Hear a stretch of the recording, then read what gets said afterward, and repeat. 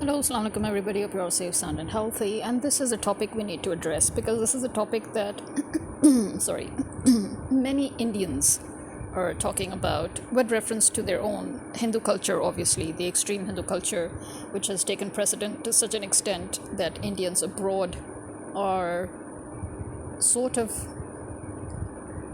promoting their religious culture in a negative way. In other words, it's leaving a negative impact in places like Canada and all, where they're doing their, uh, you know, Ganga celebrations and all. When there's not Ganga is in India, so why would you do it in another country's stream or river? But anyway, but here's something that I've noticed that the Indian Hindus, especially, even the liberal ones, even when they criticize their own negative Hindu culture impact, as in how it is creating problems for their neighbors or for the public in general in other countries. Especially Canada is all the rage right now because, as you know, in Canada, there is a lot of negative sentiment towards Indians and Indian Hindus in particular.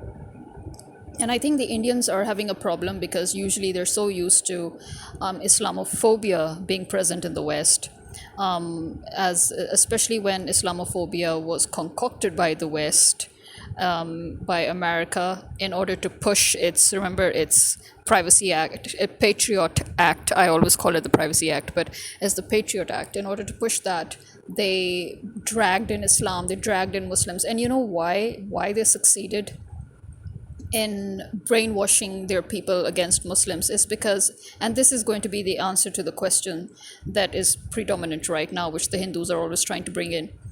You know why it was so easy for the West to suddenly promote anti-Islam sentiments?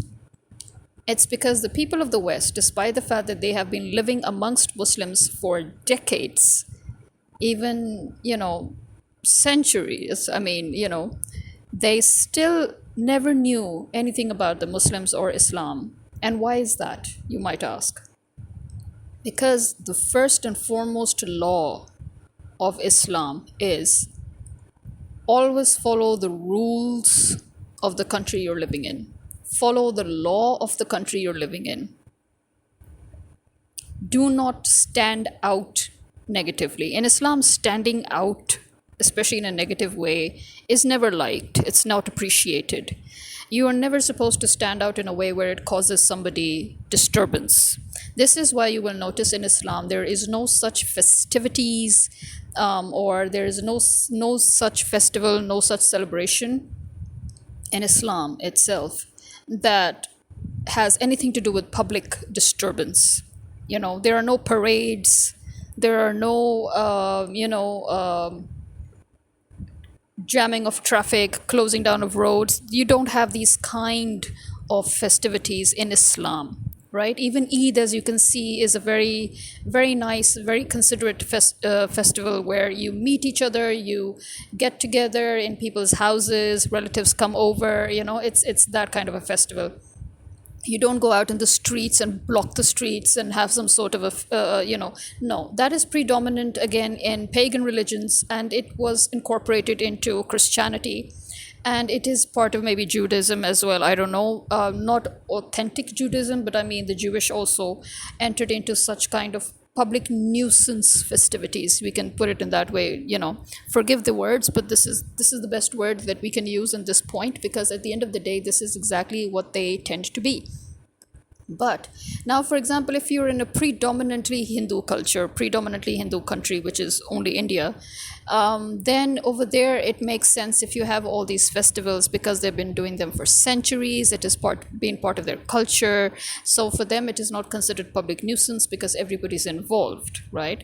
Now, similarly, in the West, they created this new kind of feat where you could celebrate New Year by just going out and seeing the fireworks. Even in Middle East, there are different designated places, even in Pakistan and other places. But notice how these designated places are made in such a way where you again do not disturb the traffic.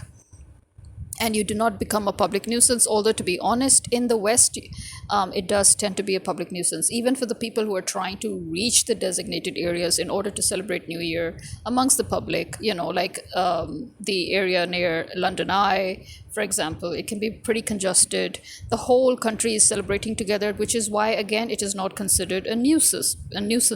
Again, understand, because the whole country is involved in it. Anything in which the whole country is predominantly involved, then it becomes a sort of a cultural activity, and it's not regarded as a nuisance, even though it could be.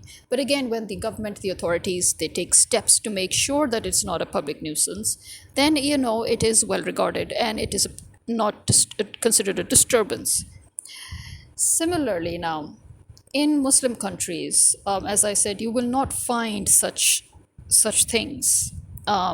Not religious. You will not find any religious festivities or festivals or celebrations that have to do with the whole public gathering at one place, or the whole public coming out, or no.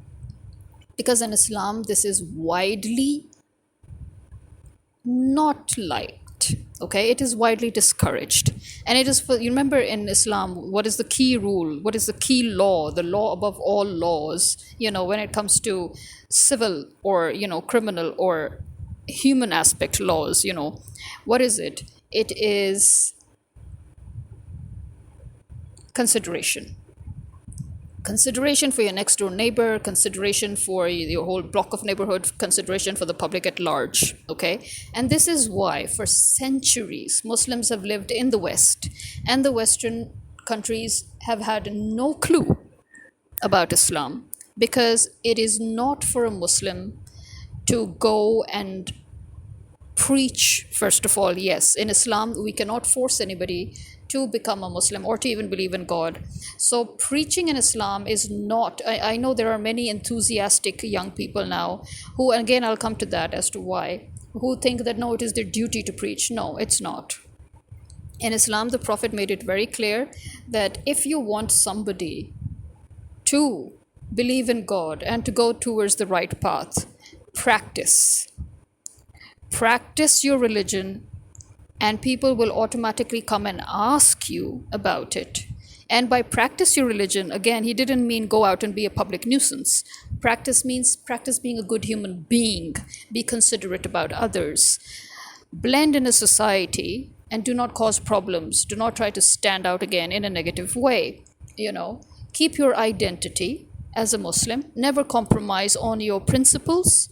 So, for example, if a woman is not supposed to shake hands with a stranger, with an unknown man in Islam, then she shouldn't compromise on that, even though, as we know, for years, for decades, you have had, Muslim women, just shaking hands with men, because, again, who's going to sit down and explain to them why we're not supposed to? This awareness, again, began after the 9/11 Islamophobia attacks, right? So after that, the Muslims felt compelled to defend themselves, because, as I said, they have been living silently and quietly, assimilating within the societies as per Islamic rules. And they never stood out, they never went out and dressed in a way that was, because in Islam, yes, in Islam, as the Prophet also said, just don't try to be a sore thumb, okay? So dress in what is considered a normal dressing, so that you don't stand. See, again, and that is why in Islam also a woman is supposed to dress modestly.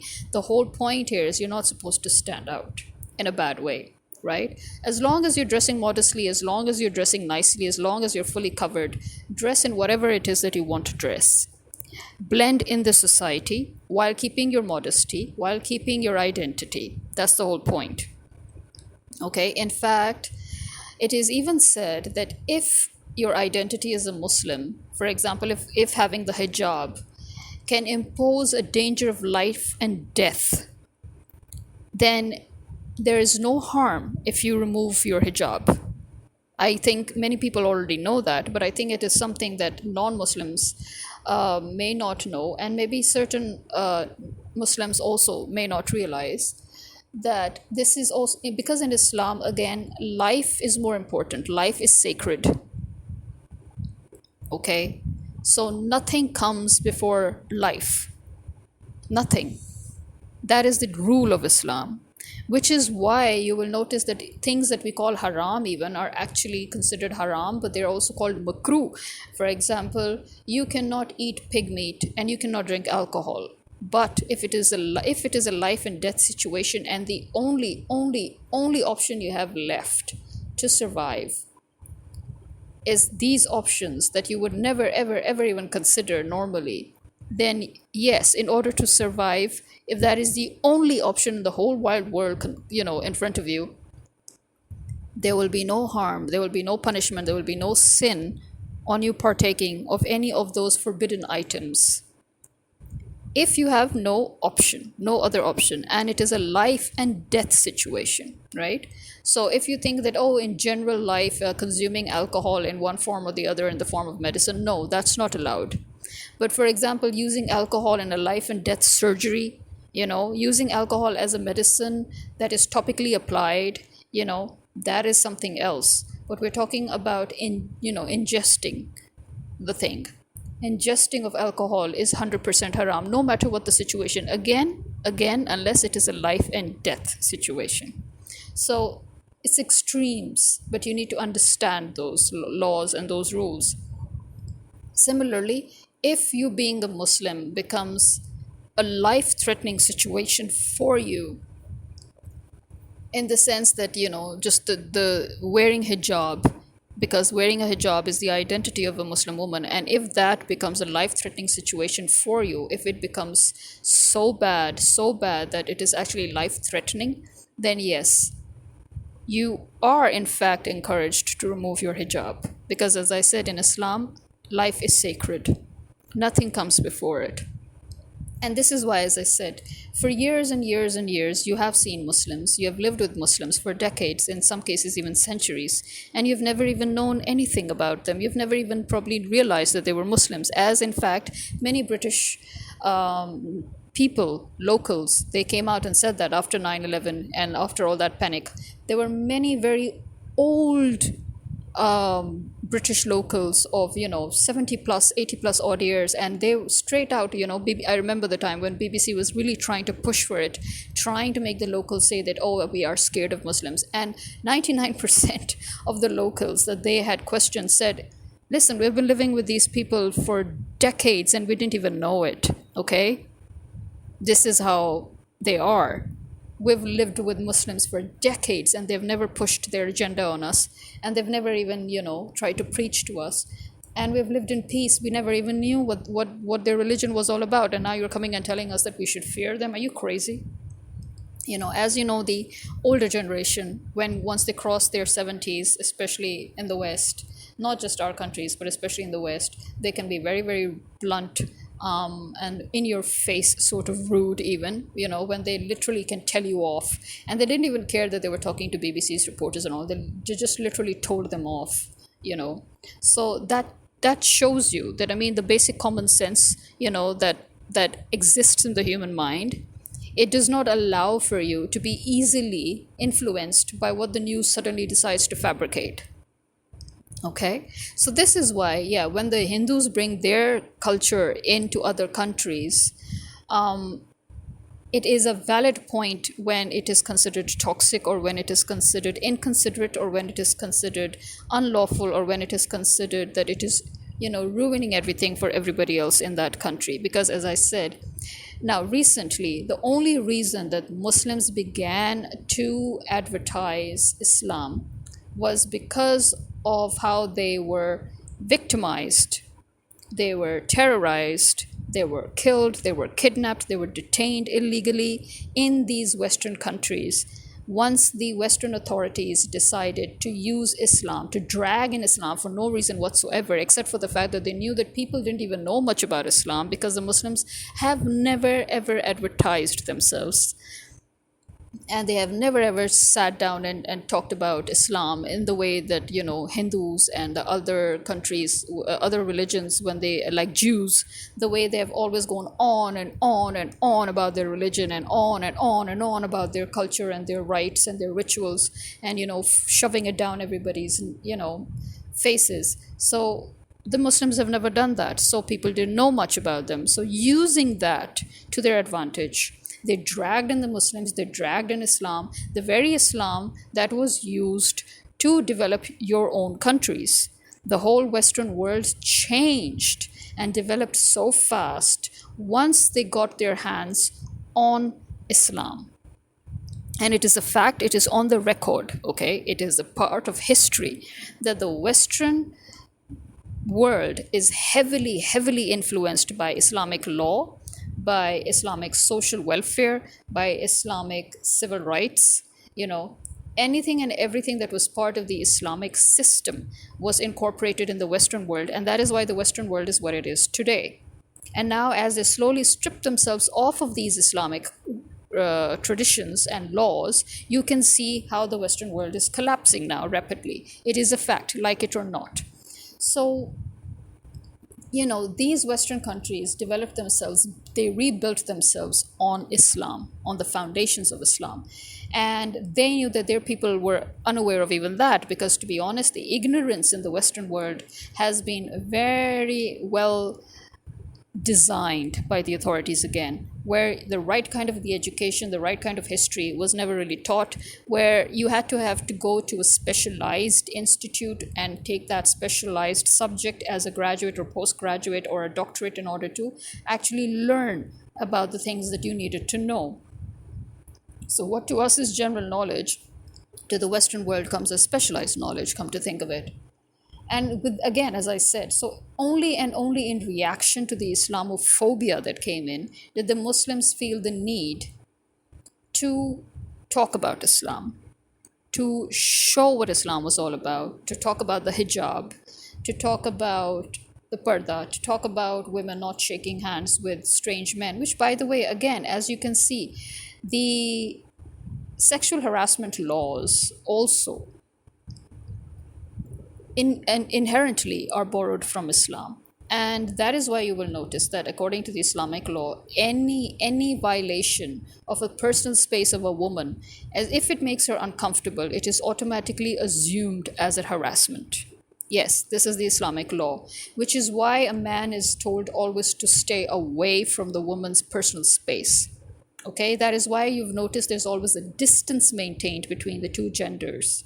Okay, it is to protect the woman and not to give a man any way, any reason, any method, or any justification to pressurize a woman psychologically, as well as physically, as well as verbally.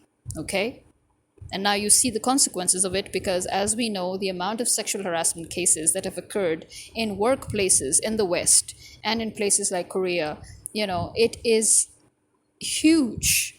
And because they're under pressure, because of their jobs, or because of anything else, any whatever reason, they cannot even come out and talk about it, because at the end they become the outcast. The victim becomes the outcast. So yes, and this is why in Islam it is to stop the man from having any justification whatsoever to make a woman uncomfortable enough to warrant sexual harassment. It is also for the protection of man, come to think of it. How can a woman claim that you have sexually harassed her when you're literally 2 feet away from her, and you're not crossing her personal space, and you're not even shaking her hand? Because let me tell you one thing, and this is a proven fact, that in sexual harassment, even shaking the hand of a woman can be a sexual harassment. And we've had many cases in the West and in other countries where men with fetishes, perverts, they have been harassing women even in the pretext of shaking hands. And those who have gone through it know what I'm talking about, right? So why even give the man any leverage? Why give him any excuse? Why should I have to succumb to such pressures? I'm a woman, I have my self-respect, I have my dignity. It's my choice whether I want to shake hands with a man or not, and I refuse to. Who the frack are you to tell me or to put me under pressure and to say that, oh, you're not shaking? Yeah, you know what? Piss off. But we have all gone through that, by the way, in the modern world, where it was expected that, oh, if a man has his hand out, then, as courtesy, better shake his hands than, create a whole new controversy. And that is why for years, we have all just gone ahead and shaken hands and said, yeah, okay, you know what, fuck it. But now the women are reasserting themselves. And why shouldn't they? The women now, because now Islam is more known, you see, because now we've explained to people what Islam is about, what we are about, what our rules are, what our, sexual harassment laws are, what it is for women to keep her dignity, and how a woman has all the rights in the world to refuse to entertain a man in any manner whatsoever. And so now the women are openly exerting these rights. And, these Indians, as I said, they're now coming back to this point, that these Indians and the Jews, when they're always complaining about, because they have nothing else to complain about, because, as I said, Muslims do not go and become public nuisances. They do not have those kind of festivities where roads are blocked and this and that. Because of that, they never had anything in their hands. So the only thing they had was like, oh, women, they don't allow men to shake their hands. And they're giving examples of a so-and-so white guy who was about to shake a hand of the woman, and she politely declined, and her husband politely explained, but he was red in the face. And, yeah, you know what? Who cares? Do you think that there are many, let me tell you one thing, but there are many women, non-Muslim women in the West, who also refuse any kind of physical contact with men. What are you going to say to them then? If nothing else, then they used to come about the alcohol. Oh, Muslims, they don't drink, they don't eat pork, they don't drink, they don't eat pork. How many of you non-Muslims have alcohol intolerance? Do you drink? No. Should I force you to drink? How would you like that? How many people are allergic to pork meat? There are people, by the way, who are allergic to pork meat. What, should I still shove it down their throats? So if it's okay for them to refuse to drink and refuse to eat pork, then why is it not okay for us? Oh, because our religion tells us that, that's why? And how many DUIs have you had, creating tragic accidents and deaths and murders and violence? Compare that to Muslim countries. How many? How many inebriated accidents have you had caused in your countries? Again, look at the Muslim countries. How many crimes have your people gotten away with on the pretext of being, out of it, not in your sane, conscious mind? But here we hold the people responsible regardless, because there is no such excuse as having an unconscious mind, or being inebriated, or, being intoxicated, or being out of it. Because it's illegal in the first place. It's a crime in itself to be intoxicated. So, yeah, instead of making such stupid arguments, as you can see, that now people are becoming more and more aware, so now there are lesser and lesser stupid arguments, but you will always find, especially Hindus and Jews, still trying to make stupid arguments that make no sense whatsoever, because everybody else now has got the gist of it, And so, I think the main problem that the Muslims are now having is that every time an Indian or a Jew, they try to talk about, they try to defend themselves, for being public nuisances for one reason or another, or for being criminals, or for being murderers, or whatever. I don't know why, but they always want to drag Islam in, and they always want to compare Islam with them, and they always want to talk about Muslims. But you know what? It's people are finding it more and more annoying, irritating, and ridiculous, because, as I said, now here, but there is a new instance though that has happened, which, again, although I know you have to take permission, you cannot just go and do it, and most probably even the Hindus who try to practice their Ganga thingy in Canada probably must have taken permission, because it's a public space, it's a park. I don't think you can actually just take over any place without applying to the authorities first, So in Pakistan, which is a predominantly Muslim country, you will still have, there are different sects, as you know, of Muslims who have their own different beliefs, and you will see majlis, and you will see parades. But again, even they have to ask for permission. By the way, they have to ask for permission, and their whole route, their itinerary is marked, and then the public is aware of the and the public is always aware that from this date to this date, this is majlis is going to happen, or this ijlas is going to happen, or the Shias are going to go out on the 9th and 10th of Muharram in these designated places, or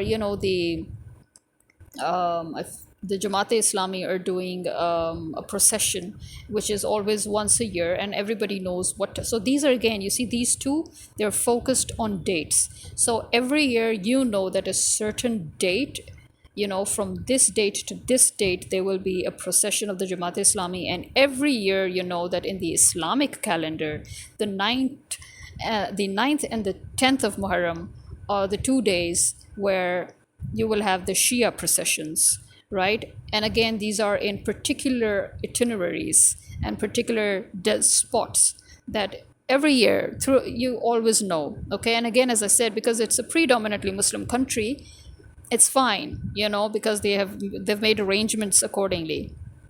But even then, when even they go out of order, then the public complains. You see, again, why? Because in Islam, again, what is the rule? Do not be inconsiderate towards your neighbors. Do not be inconsiderate towards the public. Whatever it is that you want to do without disturbing the traffic, without disturbing the people. So even though, but again, as I said, it helps when you know that every year on a designated date in a designated itinerary, this procession is going to take place from this time to this time and from this date to this date. It's like Christmas or New Year. You understand? The whole country knows. You understand? So that's different.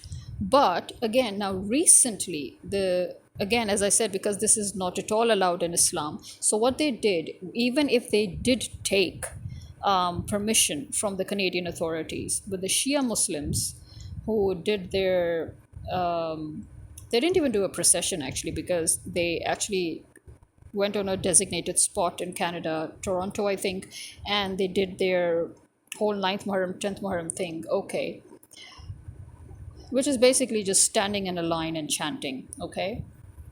Now, but as I said, this is not allowed even in Islam. This is not allowed in Islam. So if they shouldn't have done it. Because as I said, in Islam, what is even more discouraged is creating a situation that is not optimal for the public. Okay, so you're in a country that is not exposed to this. It's not a predominantly Muslim country. So according to Islamic law, you're not allowed to do any such public display that can prove to be a source of stress or a source of inconsideration or a source of disturbance. You can't do it in a Muslim country. How can you be allowed to do it in a non-Muslim country, you see? So as I said, in a predominantly Muslim countries, because you know the dates, you know the time, it's part of your calendar. It's always marked. It's a national holiday in those days. You see, arrangements are made by your authorities to help you out in that case. You understand? So Pakistan is predominantly non-Shia, but there is still a large element of Shias, which is why the authorities have taken steps to ensure that these dates are safely marked on the calendar, and they are usually granted. Sometimes some governments totally come and make them all national holidays, and sometimes you have a sort of a semi-holiday sort of a thing. Okay? And this is how it works. Okay? In countries like Iran, which is predominantly Shia, obviously that is marked on their calendar. It is a national holiday, or it is the 2 days worth of national holidays. So again, but it is not allowed. So I'm sorry, whatever they did, even if they took permission, which, as I said, you cannot do it without taking permission. You have to take permission from the local authorities, and then only can you stage it, because that area is actually almost always marked by either protesters or by people doing some sort of a public activity or something. So that particular place is, always, it's always busy with some group or the other doing something, which is again why when the Indians try to, the Hindu Indians, when they try to drag that particular event and saying, oh, the Muslims did it, so why can't we do it?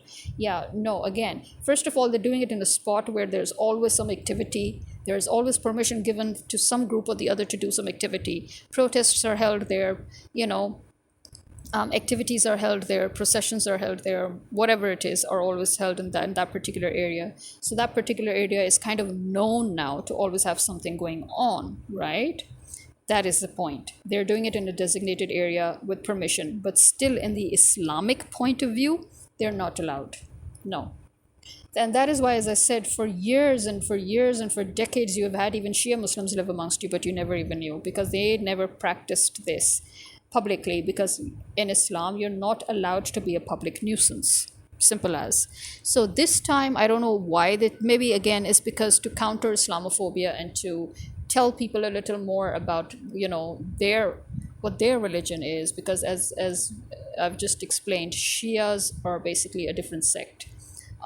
They're not what people are usually normally exposed to. Again, people are more exposed to Wahhabis and Sunnis, who are predominant, the most predominating sects of the Muslim religion. So, but Shia is another very large sect. You will find them a lot, especially in Iran, obviously, which is predominantly Shia. But you will also find Shias in Iraq and in Syria and in the Middle Eastern belt, going towards North Africa, right? So you will find them there, yes. But still, obviously, the Sunni outnumbers the Shias in most of those countries as well. So, yeah, anything that can become public nuisance or that can cause any sort of unrest or any sort of disturbance in any form is not allowed in Islam. And this is why, as I said, in the authentic Islamic practices and authentic Islamic festivals, you will not see parades, you will not see festivals of the sort, you will not see people going out in the streets and gathering, and you will not see that. You have two Eids in Islam. That's what the Prophet said. When the Prophet once said that, listen, every nation has its culture, and they're free to practice their culture. And our culture is having only two festivities, two festivals, and they're the two Eids. You have Eid al-Azha and you have Eid al-Fitr. Okay? Eid al-Azha is the Eid of sacrifice, where you mark the end of Hajj.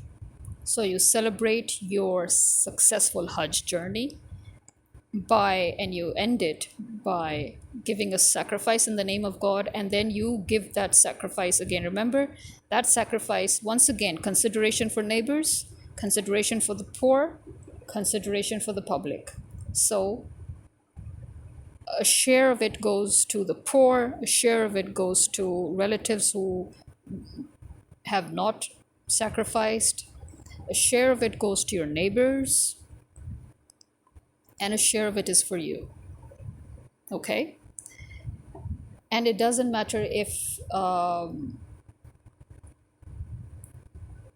your neighbors are non-Muslims. I know there are some people who say that no, they have to be Muslims, but no, Hazrat Umar made that very clear. Hazrat Umar said because Hazrat Umar had a neighbor that was non-Muslim, and he gave a share to him. And he's made it very clear when one of the companions asked him if that was, okay, legit. And he's like, listen, he's my neighbor. As my neighbor, it is his right. It has nothing to do at this point with his religion. What is right now important is that he is my neighbor, and so he has a right. So yes, you can give away to non-Muslims, okay, who are in need or who have the right. You understand? People, because it's for the people. Again, it's everything in Islam is about consideration for other people, accommodating other people, helping other people, embracing other people. That is what it's all about. So Eid al-Fitr, again, In Eid al-Fitr, you have to give charity throughout Ramzan, and then just before Eid, to mark Eid, you again have to give charity, And then on Eid, what do you do? You go to the local mosque, you pray. That is where you socialize, by the way. You get together, you socialize, you pray, you meet each other, then you come back home and you continue celebrating Eid. You can go out, you can go to restaurants, you can go to the market, you can go visit family, you can have family visit over, and that is why, although Eid is actually one day in Islam, the Prophet marked one day, but the Muslim authorities all over the world decided that because, taking into consideration the accumulated fatigue that could occur, because throughout Ramzan, you have this thing going, and then suddenly, you have one day of festivities. So it's kind of accumulated fatigue. So they've given 2 more days. So that's why predominantly all over the Muslim world and all the Muslim countries, you have basically 3 days of Eid to mark the celebration. Okay? And Eid al-Azha is 3 days. Yes, even officially Eid al-Azha is 3 days, because you have these 3 days in which you can do your sacrifice. So if you cannot do it on the first day, you have the second day. If not the second day, you have the third day. But Eid al-Fitr was officially marked as only one day, which the countries, the Muslim countries all over the world just kind of unanimously decided that no, you need 2 more other days to unwind, to continue with your festivities, but also to unwind. So this is why in Islam, there are no such festivals that are predominant, as I said, in the Hindu religion, where it becomes a whole public affair, it becomes a whole procession, but as I said, because look, it is part of their culture, it is in their country, it has been going on for centuries.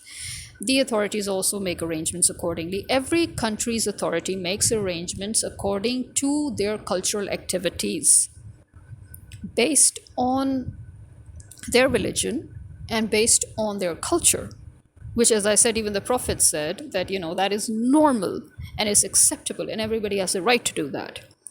But what we do not have the right to do is push our culture onto another country. Like how, listen, if the Indians want the people, the foreigners who come there, to respect their culture and to respect their, although to be honest, I guess the reason why foreigners always seem to have a better experience in Pakistan is because in Pakistan, or even in the Middle East, is because, again, as I said, as Muslims, we are not allowed to shove our beliefs onto others.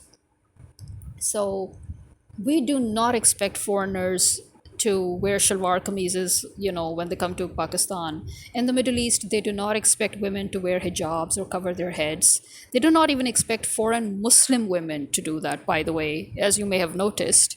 It's their law, and as Islam dictates, your law is for you only. You understand? You cannot push your law onto somebody who does not share your faith or your religion. Neither can you push it onto somebody who is not part of your country and is an expat, for example, and all. Yeah, criminal laws, civil laws, they all are incumbent. They're all supposed to be forced upon everybody. That is, again, as I said, even as Muslims, we are dictated to follow the law of the country in which we live, period. No excuses, no justifications. Nothing. But again, as I said, when it comes to religious laws, we are not allowed to enforce our religious laws onto any foreigner whatsoever. And that is why, as I said, in the Middle East, when you go there, nobody cares. You're a foreigner, you're moving around in a t-shirt and jeans, the whole world can see you're a foreigner, nobody cares. It's very nice of you, and they do, and you might have noticed how the people in Pakistan and the people in the Middle East actually show a bit of surprise. We do. I mean, you must have noticed. We smile and everything, but there is a bit of surprise that you must see in our faces when you try to respect our culture by trying to dress up in a way that you would want to blend in. Because we don't expect you to. Of course, we don't expect you to run around in the nude. Have some respect, yes. But as long as you're dressing modestly, as long as you're dressing nicely, as long as you're comfortable in whatever you're dressing, nobody cares. Okay? Nobody cares because, as I said, as Muslims, we're not allowed to force anything of ours onto others. We're not. It's a great sin. It's an unforgivable sin, by the way, to force somebody to follow you, to follow your faith, or to follow your beliefs, or to follow your culture. Similarly, that is why it is heavily, heavily disliked in Islam for a Muslim to shove it all onto another person while living in their country, in their culture. You understand? So, yeah, this recent, and this is probably the only solitary, or maybe, I mean, because as I said, you have never even seen Shia Muslims practice their 9th, 10th Muharram majlises in anywhere else in the world like this that is non Muslim, in a non Muslim country. So, for whatever reason, they suddenly decided to do that was again probably in answer to something that happened. But in either case, as a fellow Muslim, I would advise them that even their own scholars would tell them that this is not liked in Islam, it is not appreciated, and it's not encouraged. They have done it once, they better not do it again. Simple as. Okay, you cannot do it. Before, remember, Muslims usually left when it was their religious holidays. They left for their countries to celebrate those religious holidays. Why? Because they knew that in Islam, they were not allowed to become public nuisances in a foreign country. So, if it is a holiday that requires in their countries, for example, in their own countries, they have these vibrant cultural festivities going on, they prefer to go back to their country and enjoy there because they know that over there everything is part of their culture, it's done openly, freely, everybody is around, friends, family, and it's more fun. So you've noticed that over the years they've always gone. Now recently, thanks to traveling and COVID and this and that, one after the other, so many things making it so hard for people now to go back to their countries to enjoy their festivities. Yes, very, very recently you have seen different cultures, sort of putting out their celebrations in the countries in which they live. But again, you will notice that the Muslims have the least of these kind of public displays because again in Islam there is no public display, there is no such in there are, as I said, there are only two festivals in Islam, both of them are Eid al-Azha, Eid al-Fitr. None of them demand public display, none of them demand a public festival like that, you understand?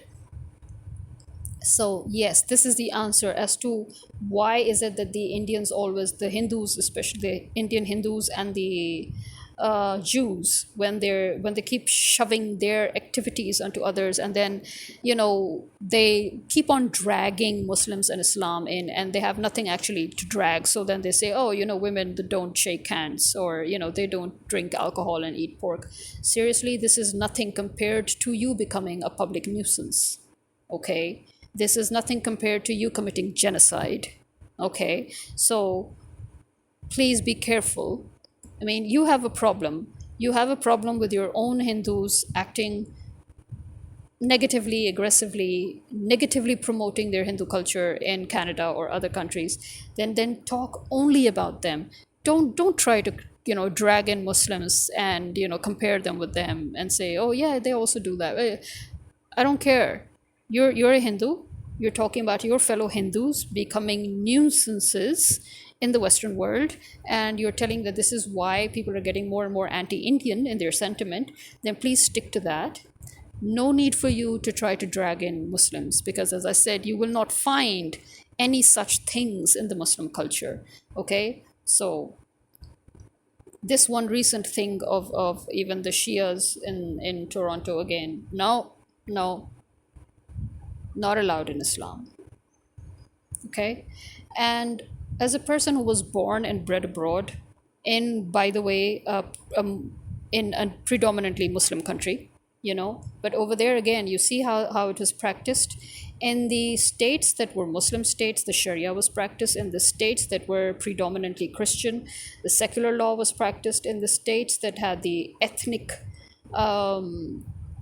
religions, again, secular law was practiced.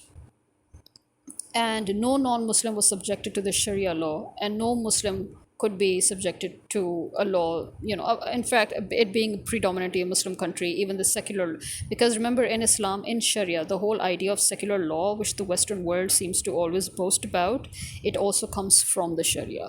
Yes, in Sharia, you have two parallel laws that must work side by side. You have the Sharia law, the religious part of the Sharia law, which deals with the religious aspect of the laws, and then you have a secular law running parallel to it, which deals with all other matters pertaining to civil or criminal or any other that can apply to non-Muslims as well as Muslims both. Okay, and that is why in every single Muslim country you will always see a parallel set of laws, and you will see a parallel judicial system going on. Okay, it's because of that. This is an Islamic concept which was again borrowed by the West, and now they always toot their horn about how they have secular laws. Yeah, that too is part of the Sharia law. Okay, so yeah, I think I've made myself pretty clear, because in this point case now I'd just be repeating myself over and over again. Okay, you should please, if you are a Hindu Indian and in Canada or America or Australia, and you're seeing that there is this, that the Hindu Indians, and you specifically say that the Hindu Indians are ruining the whole Indian image there, and that you need to stop doing that, then please just talk only and only about them. Don't try to drag Muslims in it. Muslims have nothing to do with it. I don't even see why you want to compare them to them, because as I said, Muslims do not have any such public activities. Okay, Islam doesn't have public activities of the sort. These activities are deep rooted in your own culture, and you're talking about these activities, you're talking about your culture, you're talking about your Hindu religion, you're talking about your, extremist Hindu. Talk about them. Okay, don't drag other religions in when you're talking about your own religion, and you're talking about how your own people are making your religious festivities or activities a public nuisance in a Western world. Okay, because as I said, the reason why people have lived with Muslims for centuries and not even known it is because the Muslims were well aware of this Islamic law that says you must follow the law of the land in which you reside and do not become a public nuisance. Okay, so the recent activities that are being showcased, Islamic activities that are being showcased, are not again showcased in the way that the Hindu activities are. Okay, first of all. Second off, they confine themselves to their community centers and the local mosques. Okay, or again, as I said, as in the Islamic way, this is the Islamic way. You go to the mosques, you gather socially, you pray together, everything. Then you go back home, you visit each other, you sit, you can make plans with each other, do whatever you want. There's no public procession. There's no public festivities. There's nothing of the sort.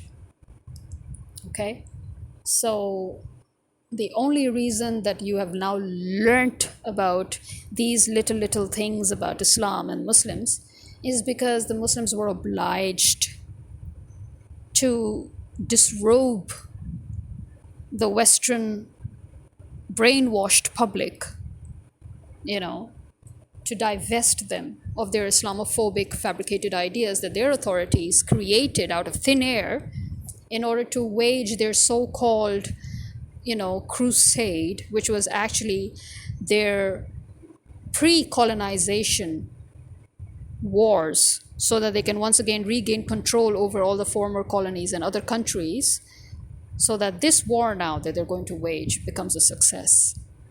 Okay, it was all political, and it was also for your beloved Patriot Act that Bush was dying to push ahead, and he was meeting heavy opposition against.